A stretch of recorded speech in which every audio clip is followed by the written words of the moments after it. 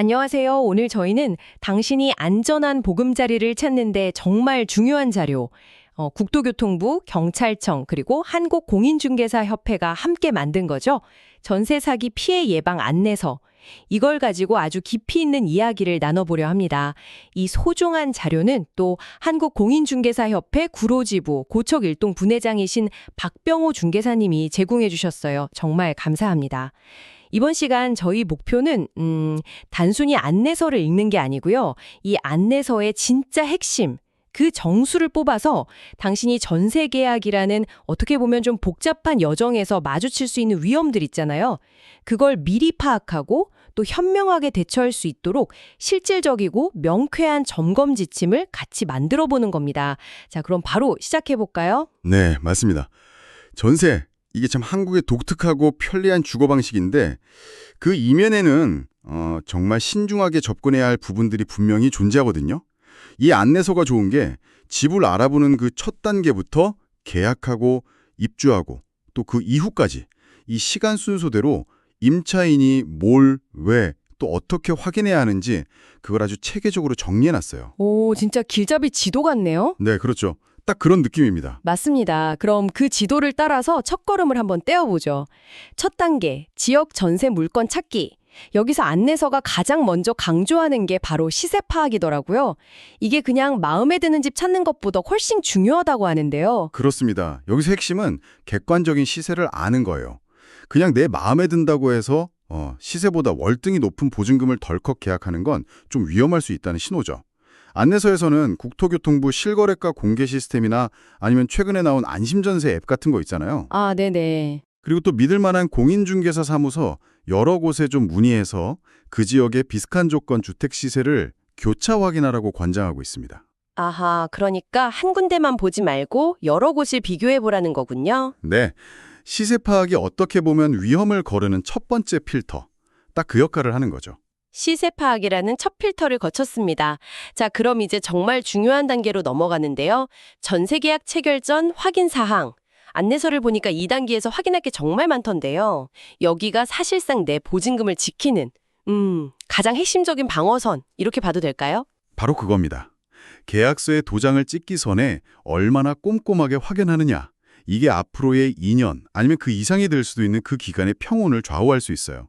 가장 기본적이면서도 중요한 거 바로 등기사항 증명서, 우리가 흔히 등기부등본이라고 부르는 거예요. 그거 확인입니다. 등기부등본. 아, 이거 많이 들어봤는데 볼 때마다 조금 어렵게 느껴지기도 해요. 여기서 구체적으로 딱 뭘 봐야 하는 건가요? 등기부등본을 크게 두 부분을 중요하게 보셔야 하는데요. 갑구하고 을구입니다. 갑구, 을구. 네, 쉽게 말하면 갑구는 이 집의 뭐랄까 주민등록증 같은 거예요.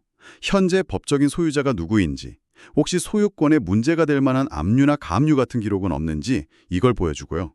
을구는 이 집의 신용기록이라고 생각하시면 좀 편해요. 집주인이 이 집을 담보로 은행에서 돈을 빌렸는지, 즉 근저당권이죠. 아니면 당신보다 먼저 들어온 다른 세입자의 권리, 전세권이나 임차권 같은 게 설정되어 있는지, 이런 소유권 이외의 권리들이 기록된 곳이요. 여기서 제일 중요한 건 당신의 보증금보다 견제 순위가 앞서는 선순위 권리가 있는지, 만약 있다면 그 금액이 얼마인지를 반드시 확인하는 겁니다. 그 선순위 관리 금액이 중요하군요. 네, 인터넷 등기소 웹사이트에서 쉽게 발급받아서 확인하실 수 있습니다. 아하, 갑구는 집주인 확인, 을구는 이 집에 걸린 빚 확인. 이렇게 정리하면 되겠네요.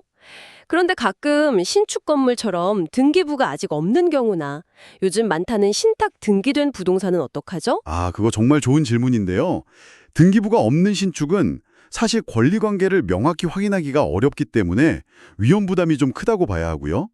신탁 등기된 부동산은 소유자가 신탁회사로 되어 있어서 계약 주체나 절차가 일반적인 경우랑은 다르고 복잡해요. 그렇죠. 이런 경우에는 반드시 계약 전에 부동산 전문 변호사님이나 정말 신뢰할 수 있는 공인중개사분하고 좀 깊이 상담을 하셔서 진행 여부를 결정하셔야 합니다. 섣불리 계약하시면 안 돼요. 네, 조심해야겠네요. 그런데 등기부 확인이 전부가 아니라는 점도 강조되어 있더라고요. 등기부에는 없는데 내 보증금보다 우선 변제될 수 있는 권리가 있다. 이게 대체 무슨 말인가요? 그게 바로 많은 분들이 좀 놓치기 쉬운 함정인데요. 대표적인 게 바로 임대인의 체납 세금입니다. 세금이요? 네, 국세나 지방세 체납액은 등기부에 나오질 않아요. 근데 나중에 혹시 집이 경매로 넘어가게 되면 당신의 보증금보다 먼저 배당될 수가 있습니다. 우선순위가 높아요. 헉, 정말요? 그럼 어떻게 확인하죠? 그래서 계약 전에 임대인 동의를 얻어서 세무서에서 국세 완납증명서, 그리고 주민센터 같은 데서 지방세 완납증명서를 확인하는 것이 안전합니다. 또 주민센터에서 확정일자 부여 현황이나 전입세대 확인서, 이걸 통해서 혹시 나보다 먼저 들어와 살고 있는 다른 임차인이 있는지 이런 것도 확인하는 게 필요하고요. 와, 여기서 정말 중요한 통찰은 정부 공식 문서인 등기부만 믿어서는 안 된다는 거예요. 임대인의 어떤 재정 상태까지 간접적으로 확인하는 이런 적극적인 자세가 내 보증금을 지키는 핵심 열쇠라는 거죠. 와, 진짜 등기부 너머의 숨은 그림 찾기네요. 정말 발품, 손품을 팔아야 안전해지는 거군요. 또 어떤 서류들을 봐야 할까요? 건축물 대장 확인도 빼놓을 수 없습니다. 이 서류를 통해서 해당 주택이 무허가 건물은 아닌지, 불법으로 증축되거나 용도 변경된 부분은 없는지, 이걸 위반 건축물 여부라고 하죠. 이걸 확인해야 합니다. 위반 건축물이면 어떤 문제가 생기나요? 위반 건축물은 나중에 전세 대출이나 보증보험 가입에 문제가 생길 수도 있고요. 최악의 경우에는 이행강제금이 부과되거나 철거 명령이 내려질 수도 있어요. 아찔하네요. 네, 정부 세움터라는 건축행정 시스템 웹사이트에서 확인 가능하고요.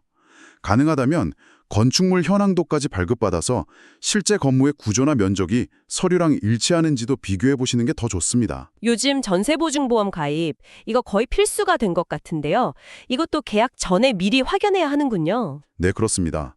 계약 다 해놓고 나중에 보험 가입이 안 된다 이러면 정말 낭패잖아요. 그렇죠. 그래서 전세보증보험 가입 가능 여부를 계약 전에 미리 확인하는 것이 아주 현명합니다.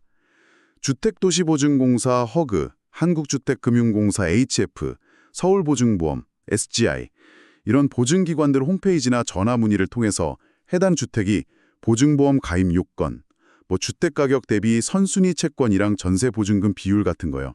이걸 충족하는지 미리 알아보는 게 좋습니다. 만약에 가입이 거절된다면 그 이유를 명확히 파악하고 계약 진행 여부를 신중하게 결정해야겠죠.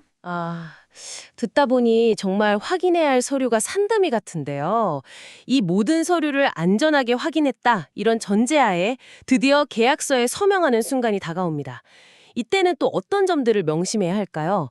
계약 시 단계로 넘어가 보죠. 네, 계약 테이블에 앉아서도 긴장의 끈을 놓으시면 안 됩니다.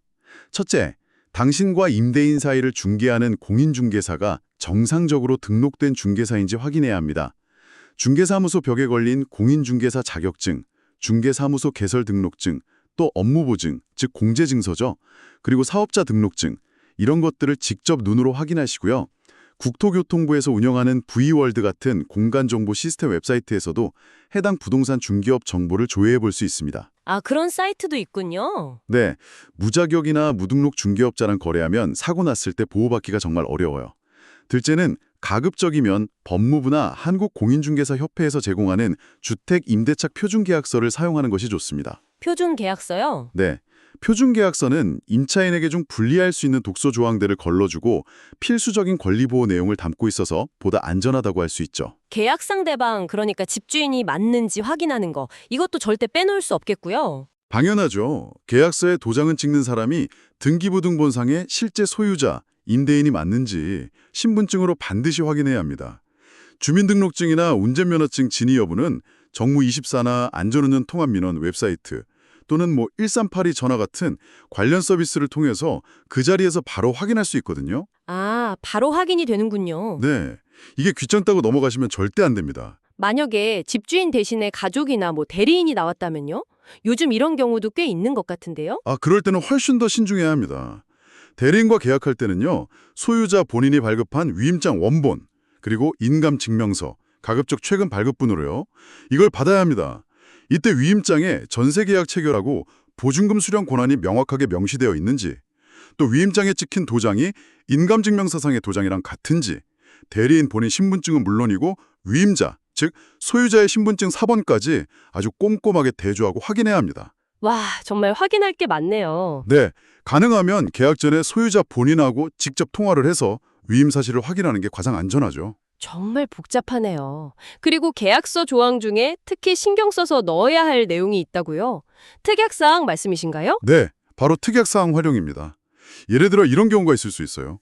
계약하고 잔금 치르기 전 또는 잔금 치르고 내가 전입신고랑 확정일자를 받아서 법적 보호 요건을 갖추기 전, 이게 보통 다음날 0시에 효력이 발생하거든요. 네. 그 사이에 집주인이 은행에서 몰래 대출을 받아서 근저당권을 설정해버리는 겁니다. 헐. 네. 이렇게 되면 당신의 보증금 순위가 뒤로 밀려나 버리죠. 상상만 해도 끔찍한데요. 그걸 막을 방법이 특약이라는 거군요. 맞습니다. 그래서 계약서 특약사항에 예를 들면 임대인은 잔금 지급일 또는 임차인을 전입신고 및 확정일자 효력 발생일 이길까지 본주택에 대하여 저당권 등 담보권 설정 행위를 하지 않으며 이를 위반 시 본 임대차 계약은 즉시 무효로 하고 임대인은 임차인에게 계약금의 배액 또는 구체적인 손해배상액을 명시와 같은 문구를 명시하는 것이 좋습니다. 아, 그런 안전장치를 딱 걸어두는 거군요. 네. 이런 특약이 임대인의 어떤 부당한 행위를 심리적으로나 법적으로 억제하는 효과가 있습니다. 자, 이제 계약서의 서명까지 마쳤습니다. 하지만 아직 안심하긴 이르죠. 계약 체결 후에도 할 일이 남아 있다고요. 네. 계약서 작성이 끝이 아닙니다. 우선 주택임대차 계약 신고 의무가 있어요. 일정 금액 이상의 보증금 계약 같은 신고 대상에 해당하면 계약일로부터 30일 이내에 주민센터나 부동산 거래 관리 시스템 웹사이트를 통해서 신고해야 합니다. 신고하면 확정일자가 자동으로 부여되는 경우가 많긴 한데 그렇지 않은 경우도 있을 수 있으니 확인은 필요하고요. 만약 신고 대상이 아니거나 혹은 신고를 했더라도 확실히 하기 위해서 별도로 확정일자를 받아두는 것이 좋습니다. 계약서 원본 가지고 주민센터나 등기소 방문하시거나 인터넷 등기소 웹사이트 통해서도 신청 가능해요. 확정일자. 이게 중요하다고 계속 나오네요. 네. 이 확정일자가 있어야 나중에 집이 잘못되었을 때 당신의 보증금이 후순위 채권자보다 우선해서 보호받을 수 있는 우선 변제권의 아주 중요한 요건이 되거든요. 드디어 이사 날입니다. 잔금 지급 및 입주 단계인데요. 아, 마지막 관문인 만큼 여기서도 정신 바짝 차려야겠죠? 그렇습니다. 큰돈이 오가는 순간이니까 더욱 신중해야 합니다. 잔금 지급 직전에 마지막으로 할 일이 있어요. 바로 권리관계 재확인입니다. 또 확인이요. 네. 계약하고 잔금 치르기까지 짧게는 며칠, 길게는 한두 달 시간이 있잖아요. 그 사이에 등기부등본에 혹시 압류나 근저당 같은 안 좋은 변화가 생기지 않았는지 잔금 치르기 바로 직전에 다시 한번 등기부등본을 떼서 확인해야 합니다. 아, 계약 때 깨끗했던 게 그대로인지 마지막으로 보는 거군요. 그렇죠. 최종 점검하는 거죠. 계약 때 합의했던 약속들, 그런 것도 잘 지켜졌는지 봐야겠고요. 네, 맞아요. 도배나 장판을 새로 해주기로 했다거나 특정 시설물을 수리해주기로 한 특약사항이 제대로 이행되었는지 잔금 지급 전에 눈으로 확인해야 하고요. 그리고 당연히 집이 비어 있어서 즉시 입주가 가능한 상태인지 최종 확인해야 합니다. 자, 이제 정말로 잔금을 건네는 순간입니다. 이때 주의할 점은 뭘까요? 잔금 지급 시에는 몇 가지 원칙을 지키는 것이 중요합니다. 첫째, 주택 인도, 그러니까 열쇠 수령이죠. 이거랑 잔금 지급은 동시에 이루어져야 합니다. 돈 먼저 보내고 열쇠는 나중에 받는 식은 피해야 하고요. 가급적 잔금 지급과 동시에 이사하고 점유를 시작하는 것이 좋습니다. 둘째, 잔금은 가급적 임대인 본인 명의의 계좌로 이체하고 그 기록을 명확히 남겨야 합니다. 계약서에 명시된 계좌번호랑 예금주가 임대인 본인인지 반드시 재확인하셔야 해요. 대리인 계좌 이런 건 안 되겠네요? 네, 대리인이나 제3자 명의 계좌로의 송금은 위험할 수 있습니다. 셋째, 이체하는 금액이 계약서상 잔금 액수와 정확히 일치하는지 다시 한번 확인합니다. 정말 마지막 순간까지 확인 또 확인이네요. 잔금 치르고 열쇠 받고 이삿짐까지 들여놓았습니다. 이제 진짜 끝난 거겠죠? 두 가지 핵심 절차가 남았어요. 잔금 지급 후 즉시 해야 할 일인데요. 첫째는 바로 전입신고입니다. 이사 당일 짐 정리가 좀 덜 되었더라도 즉시 주민센터를 방문하시거나 정부24 웹사이트를 통해서 전입신고를 마쳐야 합니다. 둘째는 앞서 말씀드린 확정일자를 아직 받지 않았다면 받는 것입니다. 만약 계약 신고 시 자동으로 부여됐다면 생략 가능하고요. 전입신고와 확정일자, 이 두 가지가 그렇게 중요한가요? 왜죠? 네, 이 두 가지가 당신의 보증금을 지키는 법적 보호막의 핵심 요소를 완성하기 때문입니다. 전입신고와 실제 거주, 주택 인도, 이 두 가지 요건을 갖추면 그 다음날 0시부터 대항력이라는 것이 생겨요. 대항력? 네, 이 대항력이 있으면 혹시 집주인이 바뀌더라도 새로운 집주인에게 계약 기간 동안 계속 살 권리, 그리고 계약 만료 시에 보증금 반환을 당당히 요구할 수 있는 힘이 생기는 겁니다. 그리고 대항력 요건에 더해서 계약서의 확정일자까지 받아두면 혹시라도 집이 경매나 공매로 넘어가더라도 등기부상의 후순위 권리자나 다른 일반 채권자들보다 먼저 보증금을 변제받을 수 있는 우선 변제권이라는 아주 강력한 무기가 생기는 거죠. 아하. 그래서 전입신고와 확정일자는 최대한 빨리 정확하게 해두는 것이 정말 중요합니다. 아하. 대항력은 버틸 힘, 우선 변제권은 먼저 받을 권리, 이렇게 이해하면 쉽겠네요. 그런데 아까 계약할 때 넣었던 특약 있잖아요. 예를 들어 잔금 후 며칠까지는 저당권 설정 안 한다. 이런 약속은 어떻게 최종적으로 확인할 수 있을까요? 아주 중요한 지적이십니다. 만약 그런 특약을 넣었다면 최종 확인 절차가 필요합니다. 전입신고와 확정일자의 효력이 발생한 후, 그러니까 보통 전입신고 다음 날부터죠. 그 후로 한 일주일 정도 뒤에 등기부등본을 다시 한번 발급받아 보세요. 일주일 뒤에요. 네, 그 사이에 임대인이 약속을 어기고 혹시 나쁜 권리를 설정하지 않았는지 마지막으로 확인하는 겁니다. 여기까지 맞춰야 비로소 좀 안심하고 두 발 뻗고 잘 수 있는 거죠. 자, 오늘 정말 긴 여정을 함께 했습니다. 이 모든 절차와 확인 사항들, 결국 무엇을 말해주는 걸까요? 국토교통부, 경찰청, 한국공인중개사협회가 공동으로 만든 이 안내서는 결국 전세계약이라는 과정에서 당신이 아는 만큼 스스로를 보호할 수 있다는 그런 강력한 메시지를 던지고 있는 것 같습니다. 정보의 비대칭성 속에서 그냥 끌려가는 게 아니라 정보를 딱 가지고 주도적으로 내 권리를 찾아 나서는 것. 저희는 오늘 그 핵심 길잡이가 될 점검 사항들을 당신을 위해 상세히 풀어드렸습니다. 맞습니다. 이 안내서는 정말 훌륭한 로드맵을 제공하는데요. 하지만 지도만 있다고 목적지에 저절고 도착하는 건 아니잖아요. 각 단계마다 서류를 직접 확인하고 계약 상대방을 검증하고 또 대항력이나 우선 변제권 같은 이런 법적 장치의 의미를 이해하고 보증보험 같은 안전망을 적극적으로 알아보는 당신의 능동적인 노력이 반드시 필요합니다. 여기서 우리가 얻을 수 있는 가장 큰 교훈은 어쩌면 복잡하고 불안하게만 보였던 그 전세 계약의 위험 요소들이 사실은 이렇게 체계적인 확인 절차를 통해서 충분히 관리 가능하다는 그런 희망적인 사실일 겁니다. 마지막으로 당신에게 생각해 볼 거리 하나를 던지면서 마무리할까 합니다. 오늘 저희가 집중적으로 다룬 것은 서류 확인, 법적 절차와 같은 공식적인 안전장치들이었습니다.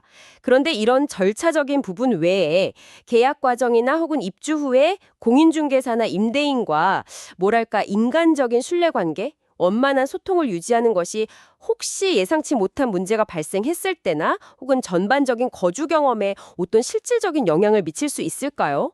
이것은 안내서에는 나오지 않지만 현실에서는 중요하게 작용할 수 있는 부분이 아닐까 싶습니다. 한 번쯤 곱씹어볼 만한 질문인 것 같아요. 네, 오늘 저희가 함께 깊이 파고든 이 정보들이 부디 당신이 안전하고 편안한 보금자리를 마련하는데 든든한 디딤돌이 되기를 진심으로 바랍니다. 다시 한번 말씀드리지만 오늘 나눈 모든 정보는 국토교통부, 경찰청, 한국공인중개사협회가 제공한 공식 안내서를 바탕으로 한 것입니다. 오늘도 최고의 하루 보내시길 바랍니다.